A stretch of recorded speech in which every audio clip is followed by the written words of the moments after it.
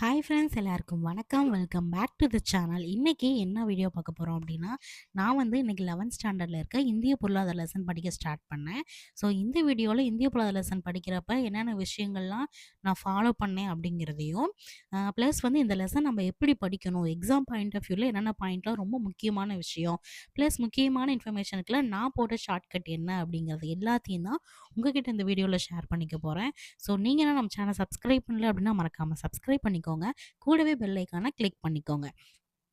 இன்னைக்கு இந்திய பொருளாதார லெசன் ஸ்டார்ட் பண்றப்ப, ரொம்பவே இன்ட்ரஸ்டிங்கா இருந்துச்சு. ரொம்ப மைல்டாவும் போயிட்டே இருந்துச்சு.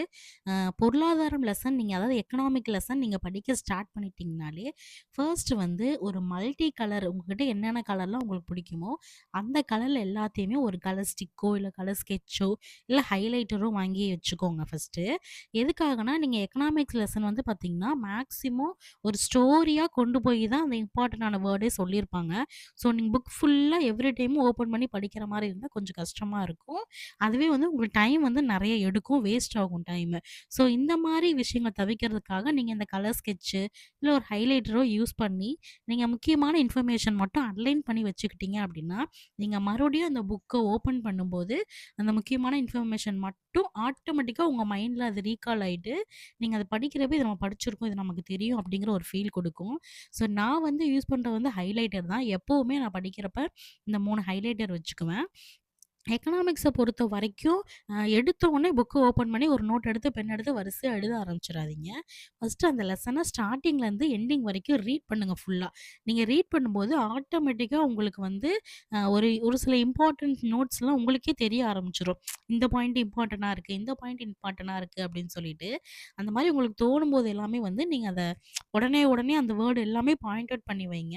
ப்ளஸ் நீங்க வந்து ஒரே கலரே புக் ஃபுல்லா யூஸ் பண்ணீங்கன்னா, நாளைக்கு உங்களுக்கு புக்க ஓப்பன் பண்ணும்போது ஃபுல்லா ஒரே கலரா பிளாங்க்கா இருக்கனால, கொஞ்சம் ஒரு மைண்டுக்கு இதா இருக்கும். அதே நீங்க கலர் மிக்ஸ்டு கலரா யூஸ் பண்ணி நீங்க மாத்தி மாத்தி ஹைலைட் பண்ணிட்டே இருந்தீங்கன்னா, நீங்க புக் ஓப்பன் பண்ணும்போது ஃபுல்லா கலர்ஃபுல்லா இருக்கனால, உங்க மைண்ட் ஆட்டோமேட்டிக்கா ரெஃப்ரெஷ் ஆக ஆரம்பிச்சுரும். நீங்க டயர்டா இருக்க நேரம் புக் ஓப்பன் பண்ணா கூட, நெறைய கலர்ஸ நீங்க பார்க்கும்போது மைண்ட் வந்து ஆட்டோமேட்டிக்கா ரெஃப்ரெஷ் ஆக ஆரம்பிச்சுரும். ஸோ, நீங்க பிரிஸ்கா படிக்கிற மாதிரியே இருக்கும். அதுக்காக முடிஞ்ச வரைக்கும் மல்டி கலர்ஸா யூஸ் பண்ண பாருங்க. உங்களுக்கு என்னென்ன கலர்லாம் பிடிக்குதோ, ஒரு புடிச்ச ஒரு 5 கலரோ, இல்ல ஒரு 3 கலரோ வச்சு யூஸ் பண்ண ஆரம்பிச்சுருங்க. நான் ஃபர்ஸ்ட்டு இந்த லெசன் வந்து ஸ்டார்ட்டிங்லேருந்து எண்டிங் வரைக்குமே ரீட் பண்ண ஆரம்பிச்சுட்டேன். எனக்கு இந்த ஒரு லெசன் முடிக்கிறதுக்கு அதாவது நான் வந்து வொர்க்குக்கு போயிட்டுருக்கனால ஈவினிங் வந்து தான் படிப்பேன். டெய்லியும் 1 ஹவர் இந்த லெசன் படிச்சேன். ஒரு 2 மணி நேரம் ஆச்சு இந்த லெசன நான் கம்ப்ளீட் பண்றதுக்கு. அதாவது 2 மணி நேரம்னா 2 நாள். மொத நாள் ஒரு 1 மணி நேரம், 2வது நாள் 1 மணி நேரம் வாசிச்சேன். எனக்கு இந்த லெசன் நான் ஈஸியா முடிச்சுட்டேன். ஃபர்ஸ்ட்டு இந்த லெசன்ல எதெல்லாம் முக்கியமான விஷயம் அப்படின்னு பார்த்தீங்கன்னா, லெசன் ஓப்பன் பண்ண உடனே இந்த சுந்தர் பிச்சை வந்து ஒரு வேர்டு சொல்லியிருப்பாரு. அந்த இன்ஃபர்மேஷன் குடுத்துருப்பாங்க. அது ரொம்ப ரொம்ப முக்கியமான விஷயம். அத நல்லா இது பண்ணி வச்சுக்கோங்க. அடுத்தது வந்து பார்த்தீங்கன்னா, அந்த மொத்த நாட்டு மகிழ்ச்சி குறியீடு ஃபர்ஸ்ட்டு ஓப்பன் பண்ண உடனே பார்த்தீங்கன்னா, அந்த மொத்த உள்நாட்டு உற்பத்தி ஜிடிபிய பத்தி ஒரு இன்ஃபர்மேஷன் குடுத்துருப்பாங்க. அது ரொம்ப ரொம்ப முக்கியமான விஷயம். நம்ம அத ஸ்கிப் பண்ணிறவே கூடாது. ஜிடிபினா என்ன அப்படிங்கிறது எக்கனாமிக்ஸ் படிக்க ஸ்டார்ட் பண்ணிட்டீங்க அப்படின்னாலே, ஜிடிபினா என்ன அப்படிங்கிறத நீங்க தரோவா இருக்கணும். ஸோ ஜிடிபி வந்து நீங்க மிஸ் பண்ணாம படிச்சுருங்க. அது கூட இந்த மொத்த நாட்டு மகிழ்ச்சி குறியீடுன்னு இருக்கும். அதையும் நீங்க நல்லா தெளிவா படிச்சுக்கிட்டீங்க அப்படின்னாலே, எக்ஸாம் வந்து ரொம்ப இதா இருக்கும். ஏன்னா, அது வந்து ஒரு பாக்ஸுக்குள்ள குடுத்துருப்பாங்க. அந்த மொத்த நாட்டு மகிழ்ச்சி குறியீடு அப்படிங்கிற வேர்ட யார் கொண்டு வந்தது? எப்போ கொண்டு வந்தாங்க? அப்படிங்கிற ஒரு இன்ஃபர்மேஷன் இருக்கும். அது ரொம்ப ரொம்ப முக்கியமான விஷயம். அதனால நீங்க அத மறக்காம முடிஞ்ச வரைக்கும் மெமரி பண்ணிக்கோங்க. அடுத்து இந்த இந்திய பொருளாதாரம்ல வந்து பார்த்தீங்கன்னா, இந்தியா எத்தனாவது இடத்துல இருக்கு அப்படின்னு சொல்லியிருப்பாங்க. அந்த எப்பவுமே எக்கனாமிக்ஸ பொறுத்தவரைக்கும் மத்த நாட்டோட கேள்வி கேட்குறாங்களோ இல்லையோ, இந்தியா எத்தனாவது இடத்துல இருக்கு? தமிழ்நாடு எத்தனாவது இடம் இருக்கு? அப்படின்னு சொல்லிட்டு நெறைய கொஸ்டின்ஸ் வரும். ஸோ அந்த மாரி பர்ட்டிகுலரா ஏதாவது மென்ஷன் பண்ணி, இந்தியா இப்ப வேளாண்மையில இத்தனாவது இடத்துல இருக்கு. பணிகள் துறையில இத்தனாவது இடத்துல இருக்கு அப்படின்னு சொல்லி மென்ஷன் பண்ணி குடுத்துருப்பாங்க இல்லையா? அந்த மாரி மென்ஷன் பண்ணி இத்தனாவது இடத்துல இருக்குன்னு சொல்லியிருந்தாங்க அப்படின்னா, அதெல்லாம் ஸ்கிப்பே பண்ணாம நல்லா மெமரி பண்ணி வச்சுக்கோங்க. அந்த மாரி விஷயங்கள்லாம் ரொம்ப ரொம்ப முக்கியமான விஷயம். அதுக்கப்புறம் இந்த இந்திய பொருளாதாரத்தின் இயல்புகள்னு வரிசையா குடுத்துருப்பாங்க. அது எல்லாமே நீங்க படிச்சீங்கனாலே உங்களுக்கு தெரிஞ்சிரும். எது எதுலலாம் முக்கியமா இருக்கு. அ எந்தெந்த இதுல எந்தெந்த இடத்துல இருக்கும் அப்படிங்கிற மாரி இன்ஃபர்மேஷன்லாம் குடுத்துருப்பாங்க. ஸோ அது எல்லாமே நீங்க ஸ்கிப் பண்ணாம படிச்சுக்கோங்க. அடுத்து நீங்க வரிசையா நீங்க படிச்சுட்டு வந்துட்டே இருக்கிறப்பயே அந்த இந்தியாவுல மக்கள் தொகைன்னு சொல்லி ஒரு டாபிக் இருக்கும். அந்த மக்கள் தொகையில 1921, 51, 61க்கு ஒரு ஷார்ட்கட் இருக்கும்.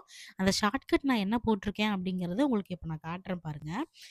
இதுதான் வந்து நான் போட்ட ஷார்ட்கட்டு. அதாவது 1921 அப்படின்னா, அதாவது ஃபர்ஸ்ட்டு 21ங்கிறத மட்டும் நான் வச்சுக்கோங்களேன். 21 ஒருத்தவங்களுக்கு ஒரு வயசு 21 வயசு வந்துருச்சு அப்படின்னாலே அவங்க என்ன பண்ணுவாங்க, நெறைய பெரிய பெரிய விஷயங்கள் எல்லாம் வந்து முடிவெடுக்க ஆரம்பிச்சுருவாங்க. அவங்களோட மேரேஜ் லைஃபா இருக்கட்டும், அவங்களோட கெரியரா இருக்கட்டும், இந்த மாரி முக்கியமான விஷயங்கள் எதுவா இருந்தாலும் அந்த ஒரு 21 வயசு வந்துருச்சுன்னா, எனக்கும் ஒரு மெச்சூர்ட் வந்துருச்சு. அதனால இனிமே நான் தான் என்னோட லைஃப்ப பார்த்துக்கணும் அப்படின்னு சொல்லி நமக்குள்ளே ஒரு எண்ணம் வந்தனால, நெறைய பெரிய பெரிய விஷயங்கள் எல்லாம் வந்து நம்ம முடிவெடுக்க ஆரம்பிச்சுருவோம். ஸோ அப்ப 21 அப்படின்னாலே பெரிய விஷயங்கள்ல முடிவெடுக்கிறனால, இது வந்து ஒரு பெரும்பிரிவினை ஆண்டு அப்படின்னு சொல்லி நான் வச்சிருக்கேன். ஓகேங்களா? அதே 1951க்கு என்ன வச்சிருக்கேன் அப்டின்னா, இப்ப 100 நீங்க 2ஆ பிரிச்சீங்க அப்டின்னா என்ன வரும்? ஒரு 50, 50 வரும். ஈஸியா ஒரு சின்னதா பிரிச்சுட்டு போயிரலாம். 100 வந்து 2ஆ டிவைட் பண்ணா என்ன ஆகும்? 50 50 வரும். ஸோ, இப்ப 50 பக்கத்துல 51 அப்டின்னு இருக்கறனால, இது வந்து ஒரு சின்ன ஒரு பிளவு வந்திருக்கு. 100ல ஒரு பிளவு தான் 51. ஸோ, அப்ப இந்த 1951 வந்துச்சு அப்டின்னா, இத வந்து சிறு பிளவு ஆண்டு அப்டின்னு சொல்லி சொல்றோம். அப்டிங்கிற மாரி வச்சிருக்கேன். அடுத்து 1961ல நான் என்ன வச்சிருக்கேன் அப்டின்னா, இப்ப லாஸ்ட்டா 61 6 அப்டின்னு நான் வச்சுக்கிட்டேன் அப்டின்னா, 6 வந்து நல்லா அந்த பாலம்லாம் உடைஞ்சு போயி, அந்த தண்ணிலாம் அப்டியே வெள்ளம் மாரி ஓடிக்கிட்டே இருக்கும்.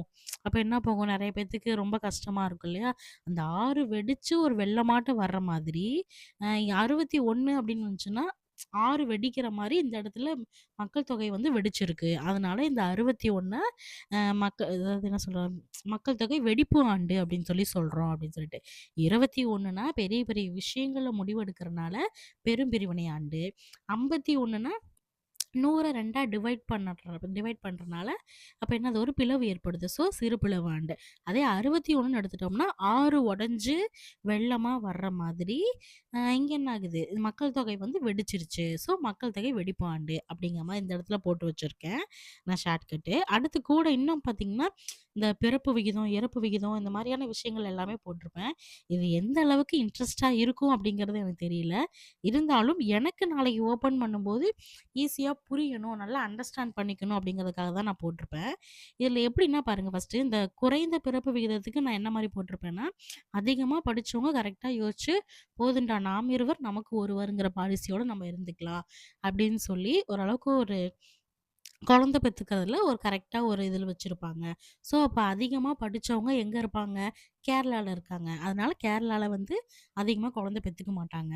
ரொம்ப கவனமா இருப்பாங்க. எப்படி ஃபினான்ஷியலா மேனேஜ் பண்றதுன்னு சொல்லிட்டு கவனமா இருப்பாங்க. அதனால கம்மியா பிறக்கிறது எங்கன்னா கேரளா அப்படின்னு சொல்லிட்டு. இதே அதிகமா பிறக்கிறது எங்க அப்படின்னா, வத வத வதன்னு குழந்தைங்களே பயந்து போற அளவுக்கு பெத்துக்கிட்டே இருக்கிறாங்கடா அப்படின்னா, அதாவது பயந்து அப்படிங்கிறதுக்கு பதிலா பீதி. குழந்தைங்களே பீதி அடையிற அளவுக்கு குழந்தை பிறந்துகிட்டே இருக்கு அப்படிங்கிற அப்ப பீதி அப்படின்னா, பீகார் அப்படின்னு சொல்லி நான் ஷார்ட்கட் வச்சிருக்கேன்.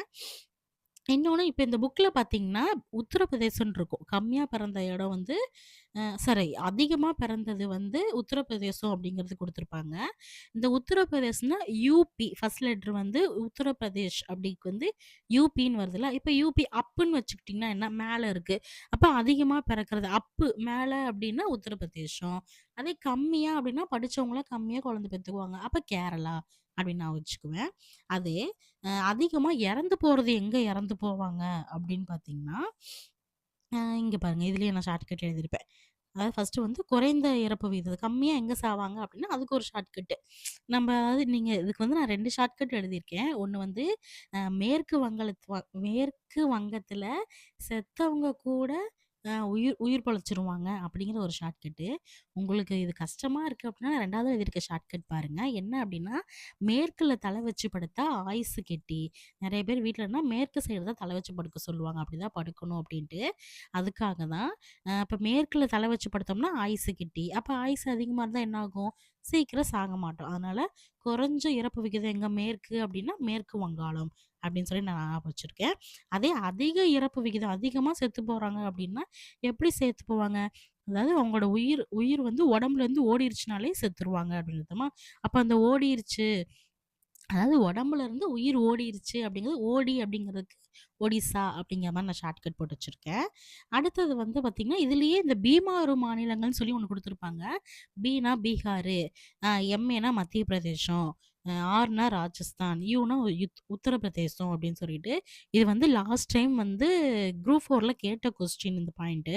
ஸோ இந்த பீமாறு மாநிலங்கள்ல நல்லா ஞாபகம் வச்சுக்கோங்க. என்னென்ன ஸ்டேட் வரும் அப்படிங்கிறது. அடுத்து ஒவ்வொன்னா குடுத்துருப்பாங்க. மக்கள் தொகை அடர்த்தினா என்ன? பாலின விகிதம்னா என்ன? இந்த மாரி நெறைய விஷயங்கள்லாம் இருக்கும். அது எல்லாமே ஸ்கிப் பண்ணாம நல்லா பார்த்துக்கோங்க. நெறைய டேட்டாஸ் எல்லாமே இருக்கும். அந்த டேட்டாஸ் மட்டும் நல்லா ஞாபகம் வச்சுக்கிற மாரி வச்சுக்கோங்க. அடுத்தது வந்து இந்த முக்கியமா வந்து இந்த இரும்பு தாது எங்க கிடைக்குது? நிலக்கரி எங்க கிடைக்குது? தங்கம் அதிகம் எங்க கிடைக்குது? வைரம் எங்க கிடைக்குது? அதுவும் எத்தனாயிரம் வைரட் வந்து நம்மகிட்ட கிடைக்குது? அப்படிங்கிற மாரியான டேட்டாஸ் குடுத்துருப்பாங்க. அது எல்லாமே நீங்க கவர் பண்ணி நீங்க படிச்சுருங்க. ஏன்னா இது எல்லாமே ப்ரீவியஸ் இயர் கொஸ்டின் பேப்பர்ல கேட்ட பகுதிகள் இதுதான். இரும்பு தாது அதிகம் எங்க கிடைக்குது? அப்படிங்கிற அந்த பிளேஸஸ் எல்லாமே ஆல்ரெடி கேட்ட கொஸ்டின் தான். அப்புறம் நிலக்கரியும் வந்து அது எங்க கிடைக்குது அப்படிங்கிறதும் ஆல்ரெடி கேட்ட கொஸ்டினு. வைரமும் வந்து இதுவரைக்கும் எத்தனாயிரம் வைரம் கிடைக்குது அப்படிங்கிறதுமே வந்து பார்த்தீங்கன்னா, ஆல்ரெடி ப்ரீவியஸ் இயர்ல கேட்ட கொஸ்டின் தான். ஸோ, அதனால அத மறக்காம நீங்க படிச்சு வச்சுக்கோங்க. இன்னொன்னு வந்து பார்த்தீங்கன்னா, பாக்ஸ் டாபிக். இந்த லெசன்ல அங்கங்க குட்டி குட்டியா ஒரு 3, 4, 5 பாக்ஸ் என்னமோ இருக்கும். என்னன்னா, அ ஒய்ஃபை வசதி ஃபர்ஸ்ட்டு எங்க வந்துச்சு? பெங்களூர்ல வந்துச்சு அப்படிங்கிறது. அடுத்து இந்த ஏர் இண்டியாவும், ஏர்லைன்ஸும் ஒண்ணா சேர்ந்தது எப்ப? அப்படிங்கிற கொஸ்டின் இருக்கும். அடுத்து இன்னொன்னு வந்து பார்த்தீங்கன்னா, இந்த தேசிய துறைமுக வாரியம் எப்போ உருவாக்கப்பட்டுச்சு? அப்படிங்கிறதையும் பாக்ஸ் டாபிக்ல குடுத்துருப்பாங்க. தேசிய துறைமுக வாரியம் வந்து 1935 சாரி 1950ல 1950ல தேசிய துறைமுக வாரியம் வந்துச்சு. ஏர் இண்டியாவும் எப்ப ஜாயின் பண்ணுச்சு அப்டின்னா, 27/8/2007ல ஜாயின் பண்ணுச்சு. ஃபர்ஸ்ட்டு ஒய்ஃபை வசதி எந்த ரயில்வே இதுல வந்துச்சு அப்டின்னா, பெங்களூர்ல தான் ஃபர்ஸ்ட்டு ஸ்டார்ட் பண்ணாங்க. அப்டிங்கிறது இருக்கும். இதெல்லாம் நல்லா படிச்சுக்கோங்க டேட்டா பொறுத்தவரைக்கும். அதுக்கப்புறம் பார்த்தீங்கன்னா, லாஸ்ட்ல வந்து திருவள்ளுவரு, அம்பேத்கரு, அடுத்து வி.கே. ராவு, ஜவஹர்லால் நேரு இவங்கெல்லாம் பத்திலாம் குடுத்துருப்பாங்க.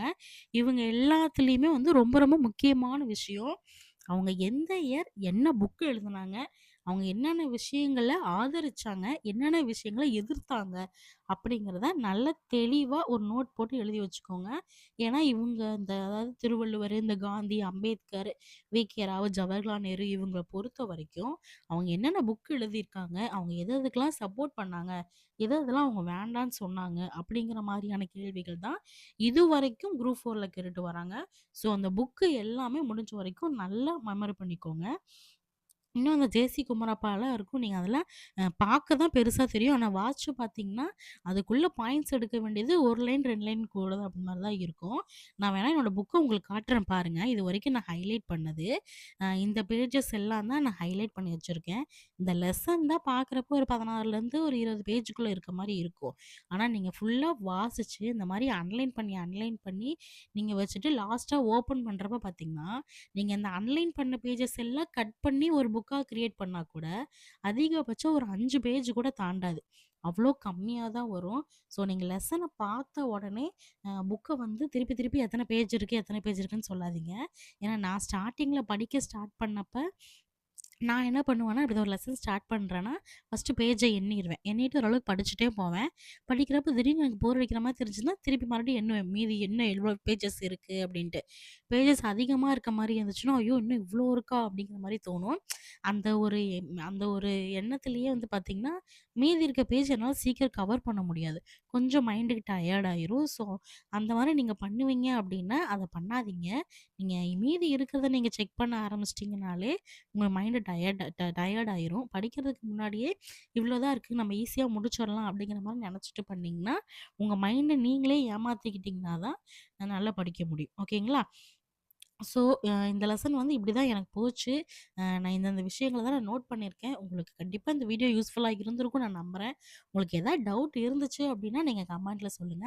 நான் சொன்ன ஷார்ட்கட்ல உங்களுக்கு எந்த ஷார்ட்கட் புடிச்சிருந்துச்சு அப்படிங்கிறத மறக்காம கமெண்ட்ல சொல்லுங்க. நெக்ஸ்ட்டு ஒரு நல்ல வீடியோல மறுபடியும் உங்கள மீட் பண்றேன். Thank you.